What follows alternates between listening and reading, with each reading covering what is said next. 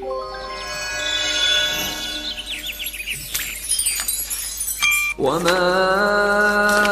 أَرْسَلْنَاكَ إِلَّا كَافَّةً لِلنَّاسِ بَشِيرًا وَنَذِيرًا وَلَكِنَّ أَكْثَرَ النَّاسِ لَا يَعْلَمُونَ. Assalamu alaikum wa rahmatullahi wa barakatuh. Allah Ta'ala Kur'an-ı Kerim'de "Khuz min amwalihim sadaqatan ve tutahhiruhum ve tuzakkihim biha." Bu ayette sadaqatan kelimesinden ne maksat kılındı? Tutahhiruhum ve tuzakkihim kelimesinden şu. Resulullah sallallahu aleyhi ve sellem ahabbul fuqara'a ve jalisuhum. Kembeğalga maddi taraftan yardım qilishimizning o'zida kifoya qilamdi yoki uning boshqa ehtiyoji bormi? Yuqorqi hadisni qanday tushunamiz? İslamda zakat qandoq bo'ladi? Uni qandoq tushunamiz? Qani suhbatimizning davomiga marhamat.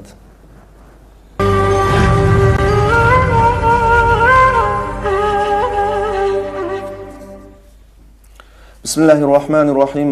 Elhamdülillahi Rabbil alemin. Ve usalli ve usallimu ala seyyidil evvelin vel ahirin. Muhammed ve ala alihi ve ashabihi ecma'in.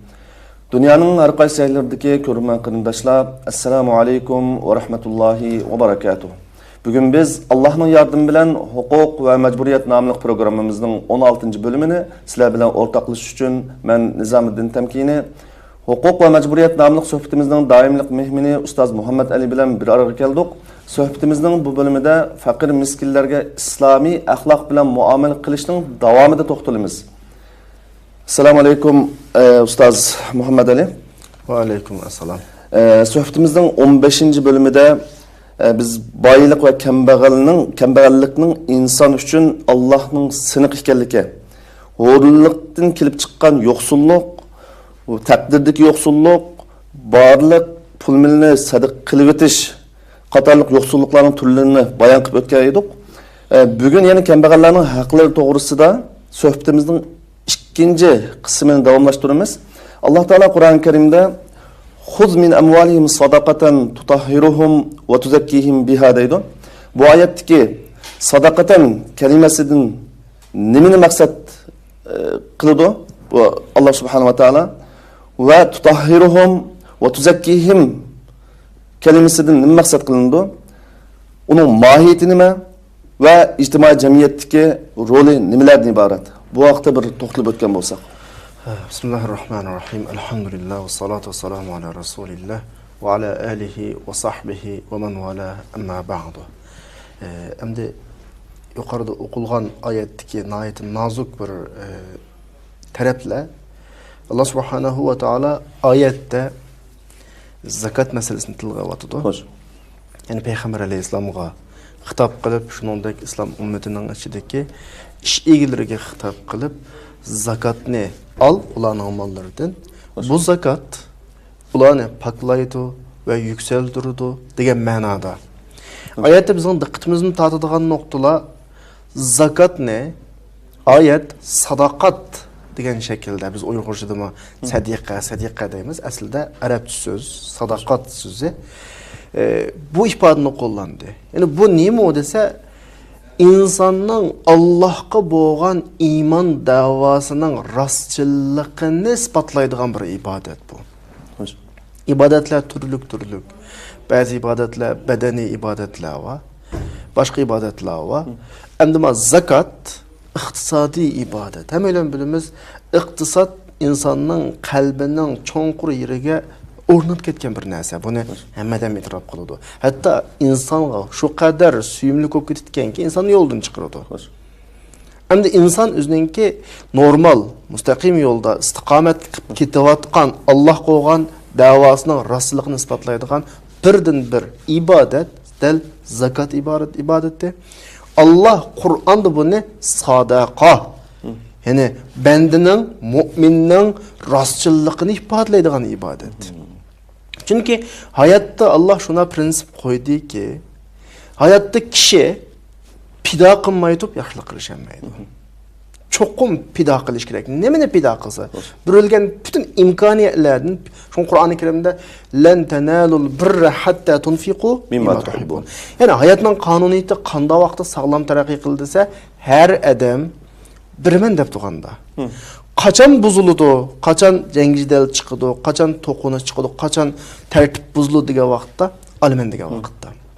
Şoňaşqa yaxşılıqның, g'albining, nusratning va eng cho'ng büyük nicatlyk bolgan jannatning qo'lga kelishining sababini Qur'onda tunfiqu mimma tuhibbun. İnsandan özünün eng yaxshi ko'radigan narsani sarf qilish. Yani berish hukmi, berish hayot uslubini Qur'on bizga qanday qilyapti? Tashabbus qilyapti va nicatlikning asosida belgilayapti va buning rostchilikning eng adna cheki zakat. Masalan, bu oyatning mazmuni nazrsili deb o'tgandek, Allah farz qilgan zakatni beradigan inson navbat kelgan vaqtida pul milini sadaqa qila oladi, yaxshilik yo'llarga ishlata oladi, Allah yo'lida sarf qila oladi.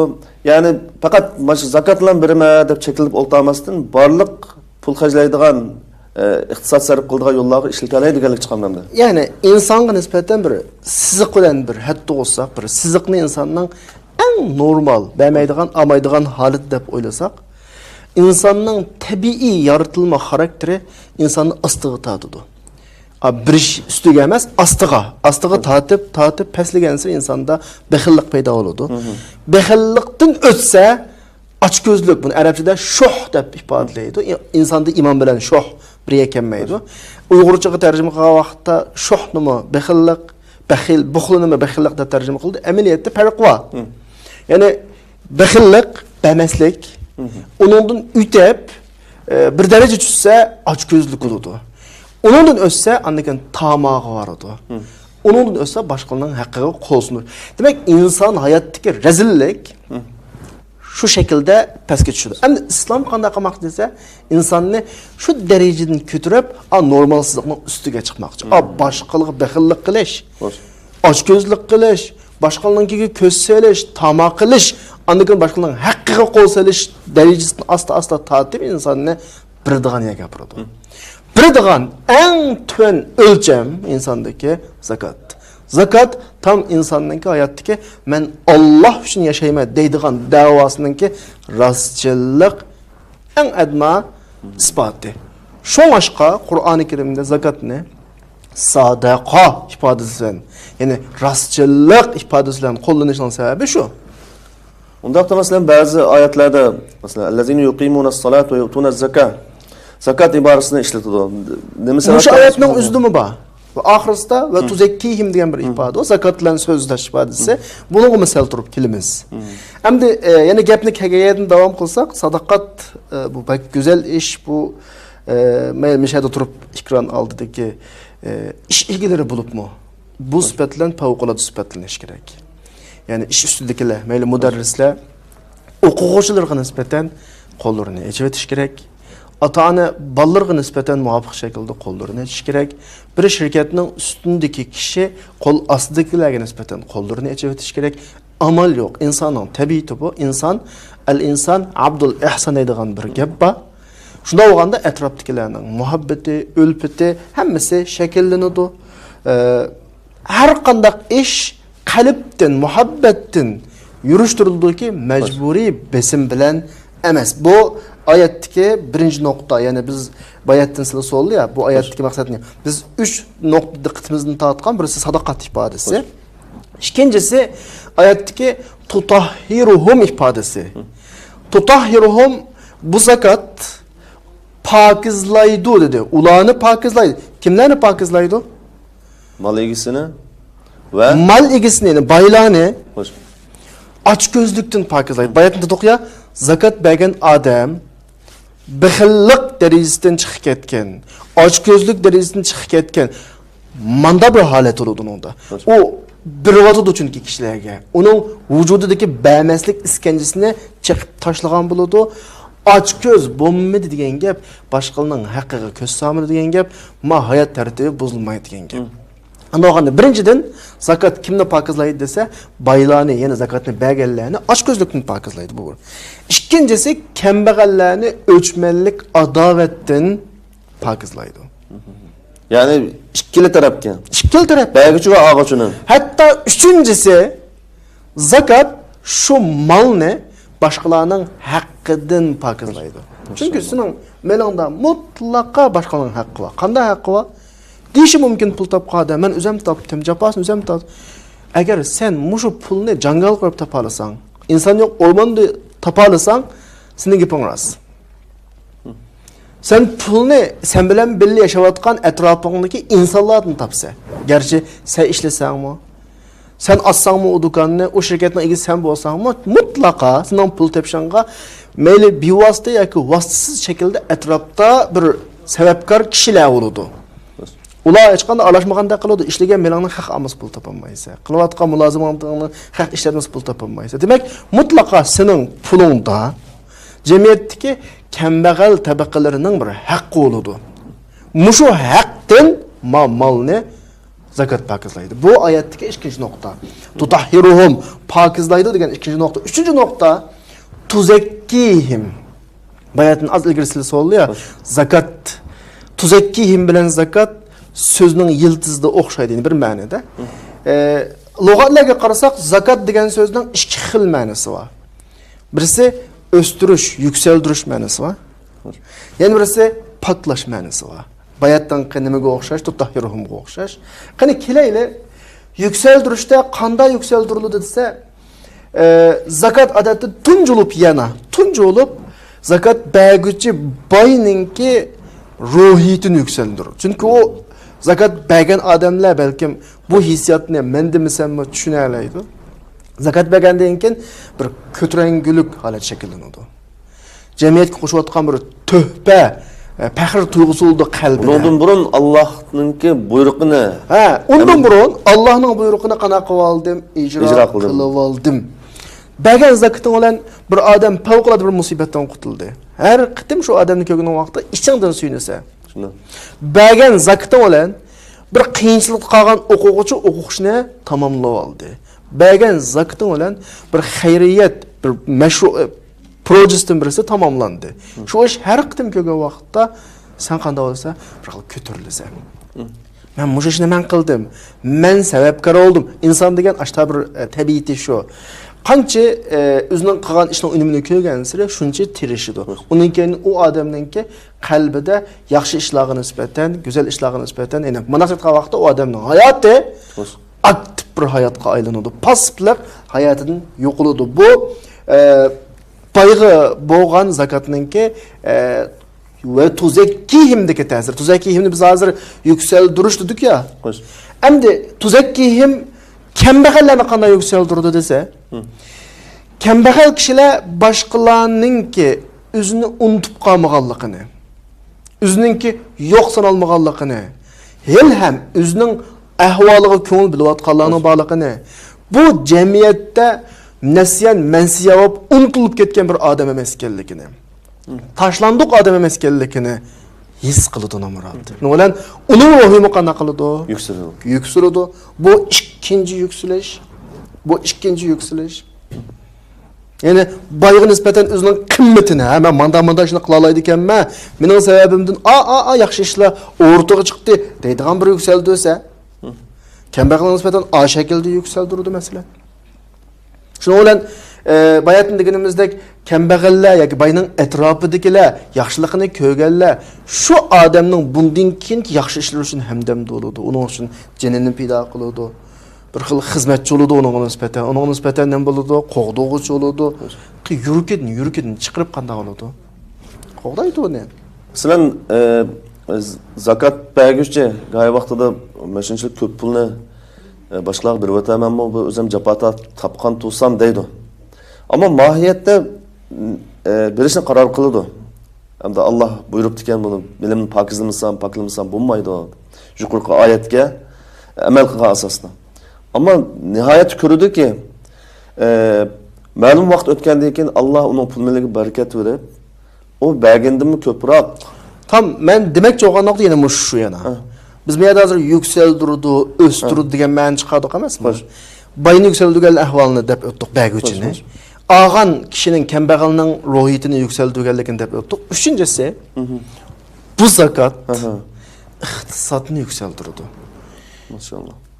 Chunki biz kichik hisob qilsak, balkim farq etmasligimiz mumkin. Bir davlatda necha trillion pul bo'ladi.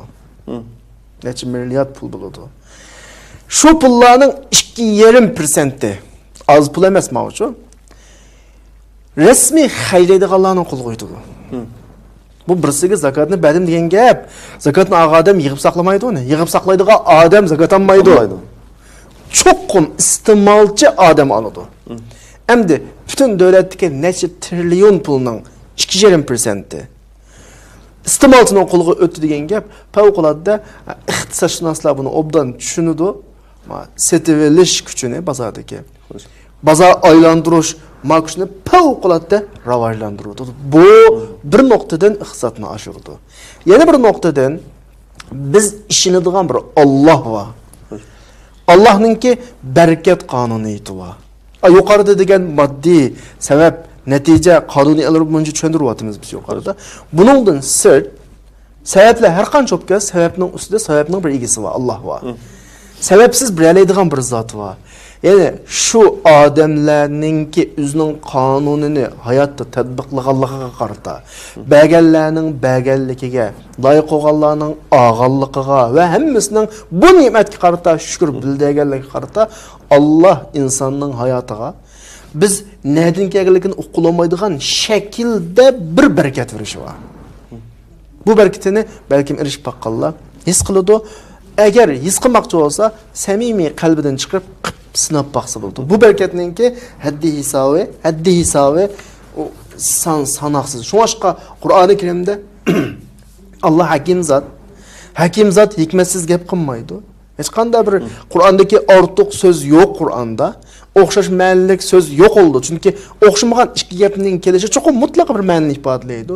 Bu oyatdagi zakatni sadaqa deb ifodalash yuqori degandek, tutahhiruhum paklaydi degan so'zni akilishi va o'stirdi degan so'zning akilishi hech qachon bikaga emas. Yana bir xulosalasak, tutahhiruhum nimadan paklaydi? Bag'ishlarni oshko'zlikdan paklaydi, og'ishlarni adovatdan paklaydi, pul malni, boshqalarning haqqının onunla qep qilishini paklaydi.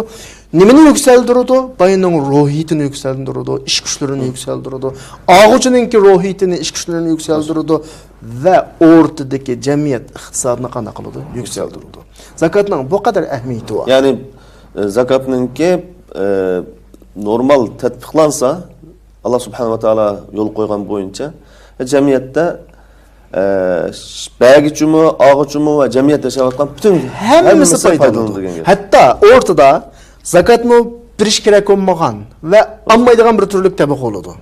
Yani o'zining jonini o'zi baqib ketayotgan normal tijarati va yoki normal ishlayotgan, o'zining ishlayotgan pulisi unga yetadigan, hatto mushulog'imi foydasi bo'ladi. Tam bunun ta'tirisiga o'rib baqayli. Masalan, aksi shakl tasavvur qilib baqsak, agar shu ishlar qilinmasa, biz bayatdan uni qilib, buni qildik ya, ta'tirisiga qaytolsak, jamiyatning tartibining buzilishi dal shu yerdan chiqadi. Chunki ochko'zlik bag'an sir odamni iskangiz qiladi. Rasululloh ochko'zlikni bir odam ustiga kelgan ta nimaga o'xshaydi? Savut dubulg'a o'xshaydi. Siqidi. Men bayatdan degandek daraja savobininki. Birinchi daraja bexillik darajasi. Texmi cho'nqurlasa ochko'zlikka tushadi. Texmi cho'nqurlasa at-tama boshqalarning qo'ldigiga tama qilishga tushadi. Uning ostiga tushsa qo'l soladi. O'xshamagan shaklda qo'l soladi. Ba'zilar o'g'irlik bilan qo'l soladi, ba'zilar cho'ng o'g'irlik bilan qo'l soladi. Ya'ni vastalmasdan pul tepish qitirishi demak. Agar bu ish shaxslardan olib davlatga borgan vaqtda, davlatlar ishg'ol qiladigan, davlatlar besib oladigan, davlatlar tajovuz qiladigan ahvol tam insonning vujudidagi ochko'zlikdan kelib chiqadi. Bir zakat orqali Alloh subhanahu va taolo tajovuzliklarning oldini oladi. O bag'ich tarafdagi salbiyatlar bo'lib qolsa, bermagan ahvol ostida og'uchlardagi o'chmanlik adovat, jamiyatdagi iqtisod yoki iqtisod egasi bo'lgan kishilarningki bexatarligiga hech qachon kafolatlik qila olmaydi. O'g'irlik, bulanchilik, masalan, o'ltirish, qatl qasdlash shakllanadi. Mushlarning hammani biz addi deb qarayotgan bir zakat orqali o'rtaga qanaqa qilyapti, chiqyapti. Demak, zakat bir jamiyatni poklaydi, bir jamiyatni yuksaltib taraqqiy qildiradi. Oyat bika-bikaga zakatni sadaqat demadi, bandining rasulligini ifodalaydigan eng adna o'lcham. Sadaqatning yana bir ma'nosi bor. Do'stlik, mehr, muhabbat ma'nosi bor. Do'stni arabchada nima deymiz? Sadiq deymiz. Ya'ni do'stlik, mehr, muhabbatning ifodasi tutahhiruhum, jamiyatni poklaydi, jamiyatni har tabaqat poklaydi va yuksaltiradi. Jamiyatda ittifoqlikning barpo bo'lishidan asos omil yani. Allah razı olsun, yuqori so'zlardan zakat malninki faqir miskinlarning haq ekanligini, agarda inson ya'ni pul egisi bo'lgan zakat beradigan kishilar zakatni bermasa, pul millidagi faqir miskinning haqqini cheklab qo'yilgan bo'lganligini tunib yetgan bo'ldik. Endi zakatni maxfiy yoki oshkor berish to'g'risida bir azroq to'xtalib o'tsak, Alloh subhanahu va taolo Qur'oni Karimda in tubdus sadaqati fa ni'mahi va in tukhfuha va tu'tuha al-fuqaraa fa huwa khayrul lakum. Bu oyat qandaq yerda zakatni oshkora birimiz, qandaq yerda maxfiy shaklda birimiz. Bu vaqt bir azroq oyat 271-oyat Sura Baqaraninki. Oyatda mana ifoda qo'llanilgan. Sadaqatlarni oshkorlasangiz go'zal. Oshkorlasangiz. Deb bo'lib, maxfiy shaklda kambag'allarga bersanglar, u yaxshi degilik. Oshkora berishni qanday qilyapti? Yaxshi deyapti. To'g'ri degilik. Yoshirin qilishni qanday deyapti? To'g'ri, yaxshi, go'zal deyapti. Endi xususan mening bu yerdagi tushuncam unda bo'lsa da hadisdagi yuqoridagi oyat bilan so'zlarini payg'ambar sollallohu alayhi vasallamning hadisida o'ng qo'li bilan sadaqani bersa, so'l qo'li uxlasin. Buni qanday silishtirib tushuna olamiz? Bilimiz, islom ummati bir yaxshilikqa to'lgan bir ummat. Qiyomatga qadar islom ummatidan yaxshilik tugamaydi. Masalan, atrofimizdagi tarixdan buyon kelayotgan vahbi bir deydigan bir sistem bor bizda. Tarixdan tortib ba'zi yaxshi ishlarni qiladigan jamiyatlar va bu bir ummatning ichidagi bir yaxshilikchi. Ya'ni bular vakolatan bir shaklda zakatlarni, sadaqatlarni yig'ib o'z o'rniga, yaxshi planlarga sarf qiladi. Bu bir. Yana birisi bevosita pulni kambag'allarning qo'liga beriladi. Ikki holatda, ikki holat bor bu yerda. Ya birlari bir vaqti shaklda, bir jamiyat shaklda birlari vakolatan o'ttirdi turib, qanaqa qiladi pulni yig'ib, zakatlarni yig'ib va buni loyiq o'rinlarga taqitdi bu bir. Ikkinchisi pul egisi bilan pulni olg'uchi bevosita qanaqa qiladi ushurishdi. Endi oyatdagi ikki ish, oshkora sanglamı yaxshi, yoshirin basanglami yaxshi deganda men ikki ish qirta deb o'ylayman endi. Ya'ni xayriyat jamiyatlari vaqfi xarakterlik masalan bir organ egib bir yaxshi plandan birini tuzdi, yaxshi plandan birini qilmoqchi yoki ma'lum kambag'al yetim va to'liq xotin degandek Mavloni degandek shaklda i'oni to'playotgan, zakatlarni yig'ayotgan bo'lsa, buningda oyatda deyilgandek qanaqa qilish yaxshi, oshkora qilish yaxshi. Chunki bu oshkora qilgan vaqtda atrofdagilar qanaqa qiladi? Raqobat paydo bo'ladi. Inson shunday mijoz emasmi? U qilganni hech kimning tashlab qo'yg'isi kelmaydi. Yaxshilikda baslishish. Qur'onda Mutaffifinning 26-oyatida va fi zalika falyatanafasul mutanafisun. Mu'minning sifati shu, vazifasi ham shu, majburiyati shu. Ya'ni yaxshilikqa qanaqa qilish va sari'u ila mag'firatin min robbikum va jannatin arduha as-samawat. Ya'ni insondagi, musulmondagi, mu'mindagi vazifa shu. Yaxshilikni ko'rsa aldirab qilish. Bu nuqtadan agar mashta bir musobaqaga sabab bo'lsa, bas bilan yaxshilikni kengaytishga sabab bo'lgan ma shaklda qolsa oshkora qilish yaxshi. Masalan, biz o'rtaq tijorat qiladigan bir shirkatda bo'lsak, bir xayriyat jamiyatidan birisiga men tamom $10,000 men qana qildim, ya'ni qildim. Yoki zakatim bu deb bersam, sizlar o'tirolmaylar bu yerda. Chunki sizlar meningki o'rtaqa shirkatda shirik. Men qilganda sizlar cho'qim qana qillar. Bir maktabdagi o'qituvchidan birisi, men $100 i'ona qildim. Yoki men $100 zakatni degan vaqtda qolgan o'qituvchilar qarab o'tirolmaydi. Bu go'zal ish bu. Ya'ni yaxshilikni qanday qilish, kengaytirish, umumlashtirish ga sabab bo'ladi. Bu nuqtadan ma shaklda oshkora qilish yaxshi. Endi oyatning oxirisidagi bir ifoda qarasak, va tu'tuhal fuqara, kambag'allarga birsizlar degan va.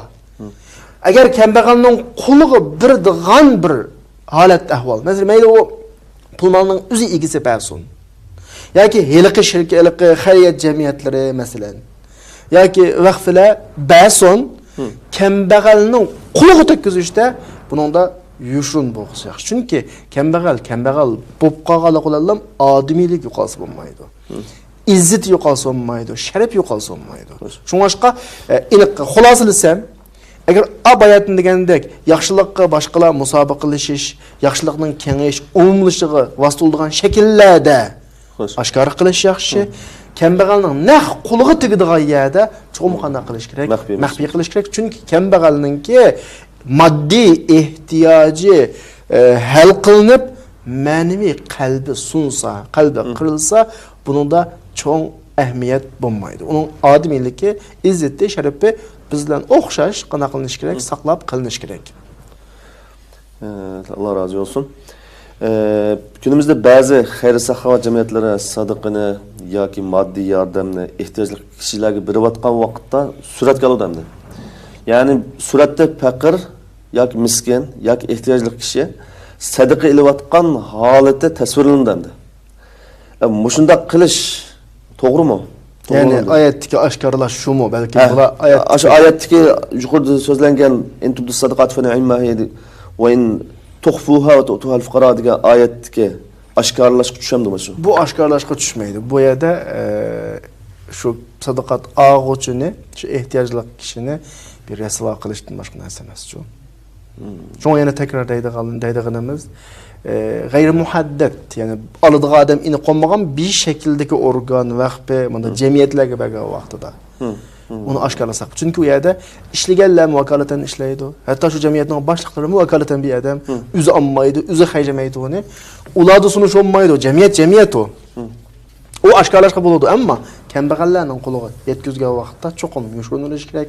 Surat kelishni tam to'g'ri deb qarmayman. Kambag'allarning ilayotgan yoki ehtiyojlarning ilayotgan holatini, hatto salaf solihlarningki boshqalarga sadaqat berish, yaxshilik qilish shaklida ajoyib xilma-xil yo'nalishlar bizga naqlindi kitoblarda. Uylarda ma'lum miqdorda pulni asta kashdi berib, hoylalarida yerga tiqib qo'yib yanib keldigan uyning egisi bu pulni kimning qo'yganligini bilmasdan qana qilgan, ishlatadigan. Qo'shnisiga yordam qilyotdi, ammo o'zining yordam qilganligini qana qilmayotdi, bilmaydi. Ya'ni aytsa yordam qilguvchimi, yordam qilinguvchimi o'xshash o'rinda qo'shnilik martabasi saqlanib qoladi. İkilisining odamiyligi hech qanday ta'sirga uchramasdan normal munosabat saqlanib qoladi. Bu nuqtada diqqat qilmoq lozim. Masalan, zakat berguvchi, zakat olg'uvchiga "Mening zakat pulim, zakatimdan" deb berish kerak deydigan ba'zi nimalar bor. Bizningki jamiyatdagi ba'zi kishilarning biz hozir qadar unda deyish kerak emas deb kelgilik. Ammo yanalam mashinaga o'xshagan ahvollar illa bu zakat deb berish kerak deydigan fikrlar, yani o'tirda yiqib yuruglik. Bu vaqtda bir azroq zakat kambag'alning qulig'i tushib bo'lguncha, ehtiyojli kishining qulig'i tushib bo'lguncha Allohning qulig'i tushadi. Amalning qanday bo'lganligini hisoblaydigan zot Alloh, qabul qiladigan zot Alloh. Madam ahmoq bo'lgan kishi, shuni elishga loyiq kishi bo'lsa, buningki cho'qim illaki zakat ekanligini bilish shart yo'q. Endi mushada agar biz texma haslab ajrga erishmoqchi bo'lsak, biz bayatning yoqi davatgandek zakat og'a odamning qalbini qirmaslik eng go'zal savob. Uning izzatini saqlash, odamiyligini saqlash, sharafini saqlash eng go'zal savob. Unda bo'lgandan keyin buni illaki sen kambag'alkan, ehtiyojlikan, sana yordam qildim degan shaklda emas hatto. Hatto ma'o zakatni degan shaklda emas. Mana shaklda. Ya'ni bolasi masalan maktabda o'qish pulini to'lamay qolibdi. Bechora dadining tulugidek ahvoli yo'q. Qanday qilamiz? Xo'shnam palon bir jamiyatda o'quvchi mukofot puli taqtibdi ekan. Sening balangni tizimlatib qapti masalan degandek. Sening balangga nima chiqibdi? O'qish mukofot puliz chiqibdi, o'qish pulini to'lab ol. Xuddi boshqalar bergandek. Yoki o'zaro sovg'a salom berishimiz ya. Qarab, nimaga ehtiyojli qolib qolsa, uni bayqash kerak. Inson bo'lgandan keyin qo'shlarining bir haqqi u. Palanning ma shaklda nimasi bor ekan, ehtiyoji bor ekan. Deb shu ehtiyojli narsalarni bir sovg'a sifatida uning qalbini qirmagan bir shaklda yetkazish, uning hammasi bo'ladi. Bu yerda birisi sen o'zingning ustiga tushgan iqtisodiy jihatdagi ibodat majburiyatini ado qilgan bo'lsang, ikkinchisi qarshi tarafninki qalbi qirilmagan bir shaklda, ko'ngli azor yemagan bir shaklda masalasi hal bo'lgan bo'ladi. Illaki buni zakat deb berish deb, xususan men hozir qadar cho'qim zakatni zakat deb berish kerak degan bir belgilamani, qoidani ko'mdim, bo'lib qolsa qaytadan qarab baqsaq bo'ladi.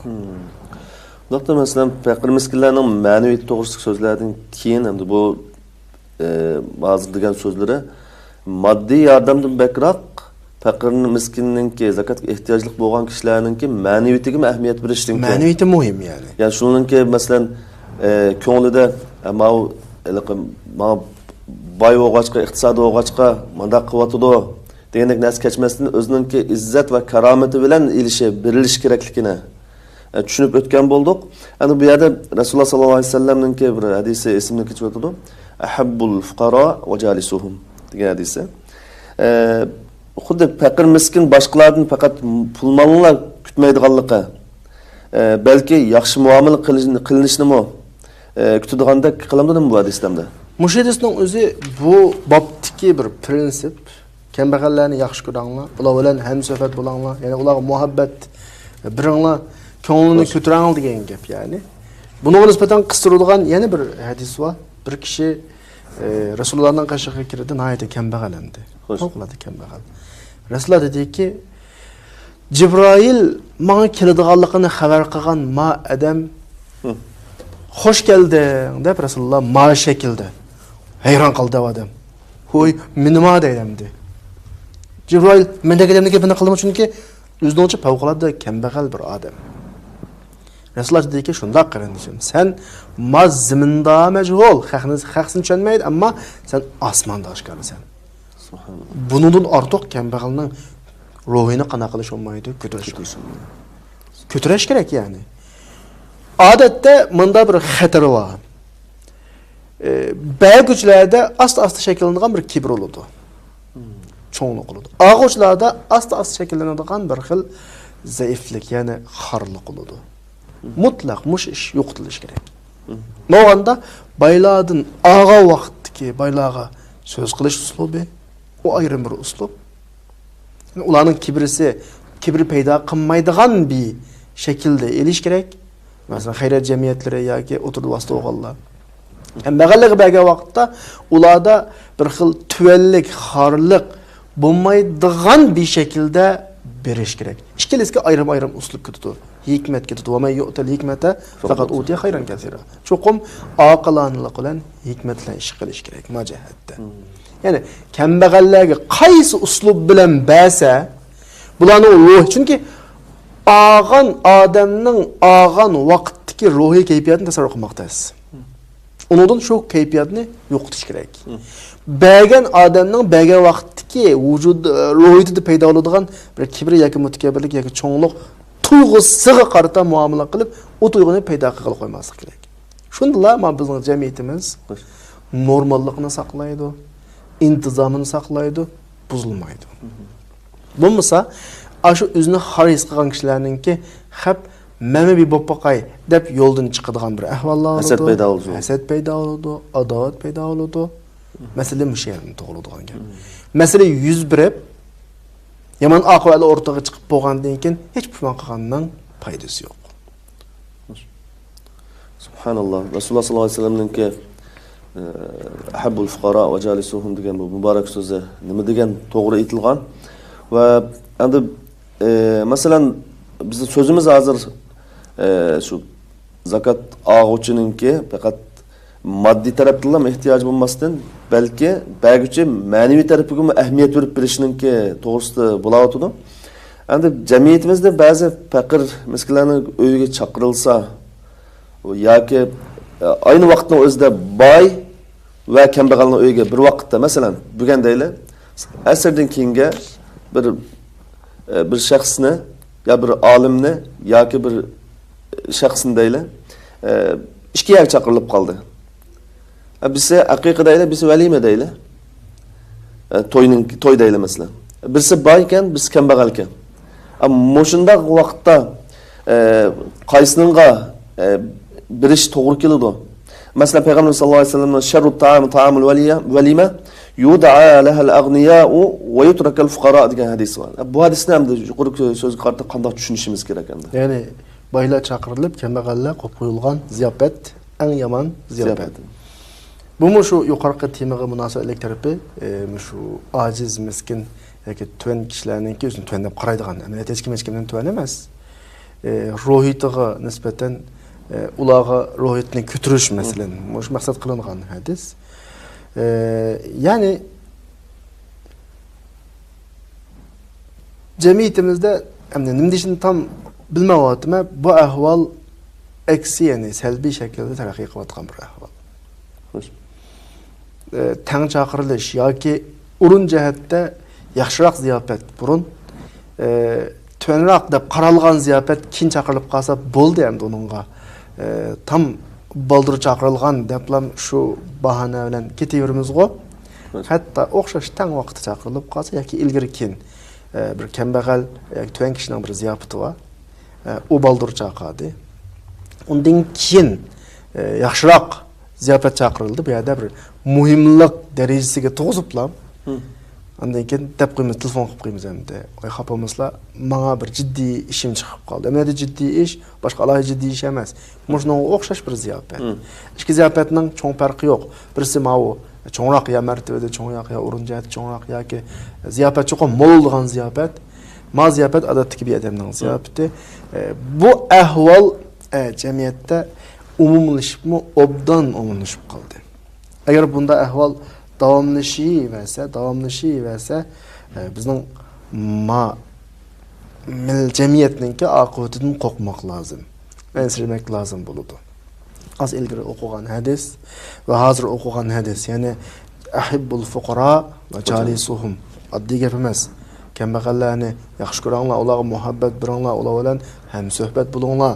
Ondan keyin boylar chaqirilib, kambag'allar tashlab qo'yilgan ziyofat eng yomon nima? Ziyofat.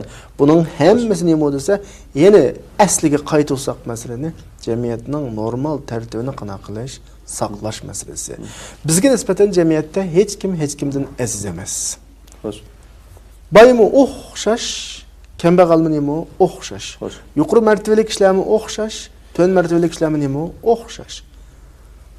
Endi mushlarga nisbatan bir Resulullah'ın yukarıdaki ko'rsatmalari, ayet, bularning ishoratiga qaragan vaqtda, yani belki maqsadni tushundik deb o'ylayman, ba'zi narsalarni echib demasakmi, yani bu yana bir har bir odamning shaxsiyatidagi, o'zining iymonidagi bir tanlash masalasi bu. Yani bunu boshqalarning shu insoviga, qalbidagi, ruhiyatidagi sog'lomlik yoki kasalligiga qolib qo'yishimiz kerak. Yani qarindoshlarimiz o'zining qalbini shuna o'lchisi bo'ladi. Ya'ni men bu yerda tanlashga duch keldim, men tanlaymanmi? Men hatta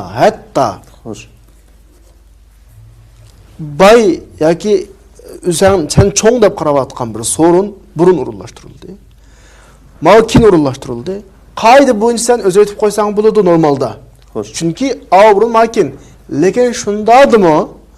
Ma'ning qalbini ko'tarish uchun anandan o'zru etsang, mencha bo'laveradi.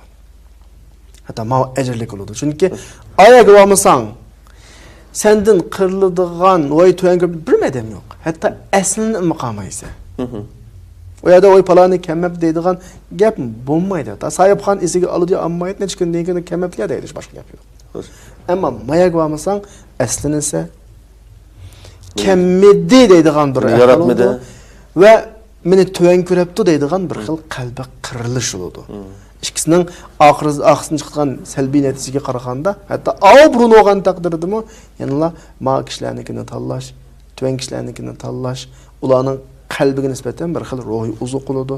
Ular bilan muhabbat vergan bo'ladi, ishonch vergan bo'ladi, yalğız sıratmıgan buladularını ağularınki sağlam yaşışığa kapalatlı qağılıldı. Anda sohbetimizden ki ahırgımı kep qalğan toduq. Ahırqı bir sualımni sorasam. Cemiyetimizdeki baylar, muhaciratda yaşap atqan, meyle Türkiye'deki olsun, meyle Avrupa'daki olsun, meyle Saudi Arabistan, meyle Orta Asya'daki olsun. İqtisat egisi bolgan kişiler özününki Allah buyurgan boyunca zakatını çıkarsa pul mileden bizden muhacirat yaşap atqan Uygurlarning içinde ihtiyaçlı kişiler qalar mısınızca? Bu bizning cemiyetimizde umumlaşkan bir kriz olub qaldı.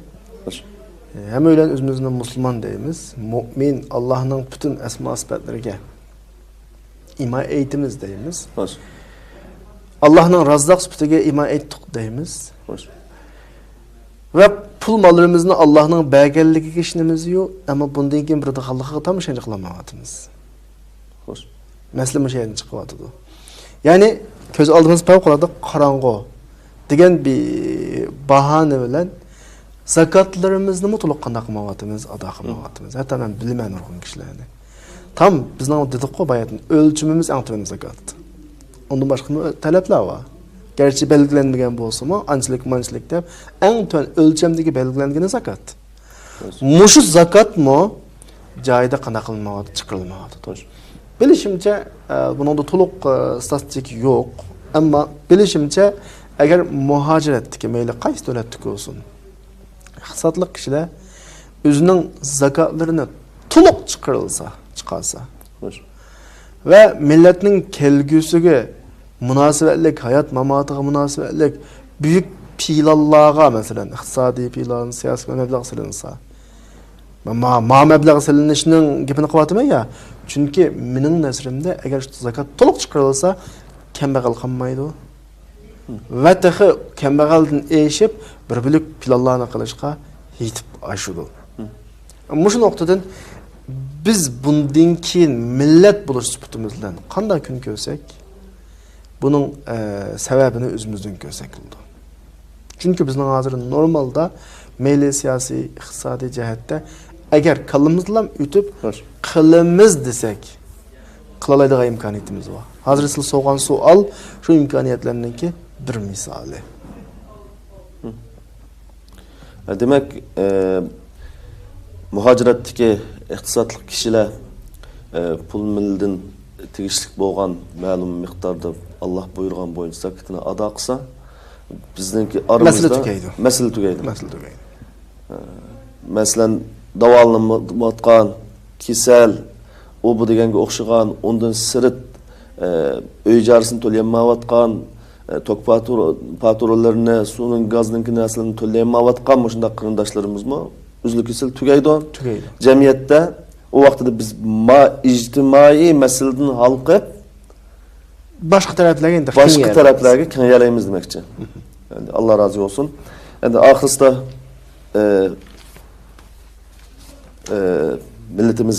milletimiz içindeki baylağa, iqtisat egileriga bir 30 günlük zakat doğrusida bir tavsiye. Aldın qismi men bu haqda biraz degan esimde var. Aldın qaranmoq sohbatda. Zakat xususan mening tushunjamda bir bununla $100 yoki $200, bununla $100, $200 bir ish orqali vaqtliq masalani hal qiladigan bir iqtisodiy tuzilma emas. Zakat orqali bir davlat quruldi. Zakat orqali bir jamiyatni qurib chiqildi. Zakat orqali bir millatning masalasini hal qilib bo'ladi. Zakat degan gap hisobda iqtisod egilarimizni, pulsuvar kishilarni to'xtamay pul topdi degan gap bu. To'xtamay pul topdi degan gap yani. Bu bir savol belgilariga nisbatan. Shu bayatni dedim ya, ko'z oldida qorong'u, boshqa ishni qilolmagandan keyin oz qilish narsani bermayotdi. Ammo Alloh ba'davat, degan gap oz qolmasin. Sen top davatdi. Yani ben muşu münasebetlerle iqtisad egelerimizga qisqagina bir jumla bilan bir tavsiya qilsam, ma millatga bugun biliq lozim emas. Biliqdimi muhim, biliq tutadigan nima lozim, qamoq lozim. Bizning millat tarixdan buyon sapla oladigan millat emas. Bizning millat birdigan millat. Yani bizning millat bugun birish uchun bir yo'l topolmayapti. Shu iqtisodlik kishilarimizga yana tavsiya qildiganim, ma millatga ishlab birayli. Ma millatga bir chiqish yo'l topayli iqtisodiy jihatdan. Bugungi bir tal, ikki tal biliqdan biliq tutgan qamoq ma bizning millatimiz uchun nihoyat muhim. Mencha tushunishlik dedim deb o'ylayman. Allah razı olsun, hurmatli ko'ruvchilar. Şunun bilan bizning huquq va majburiyat nomli suhbatimizning 16 bölümünü bu yerda oxirlashtiraman. Bu munosabat bilan ustoz Muhammad Aliga chin qalbimdan rahmat aytaman. Allah razı olsun. Va ko'rman qarindoshlar va bu suhbatimizni sosyal medya, YouTube va boshqa kanallar orqali tarqatgan ham bahrilagan qarindoshlarımmo Allah razı olsun. Görüşkice aman bulunlar. Esselamu aleyküm ve rahmetullahi ve berekatuhu.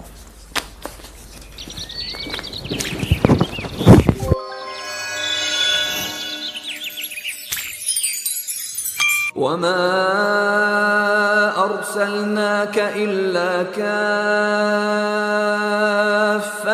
لِلنَّاسِ بَشِيرًا وَنَذِيرًا وَلَكِنَّ أَكْثَرَ النَّاسِ لَا يَعْلَمُونَ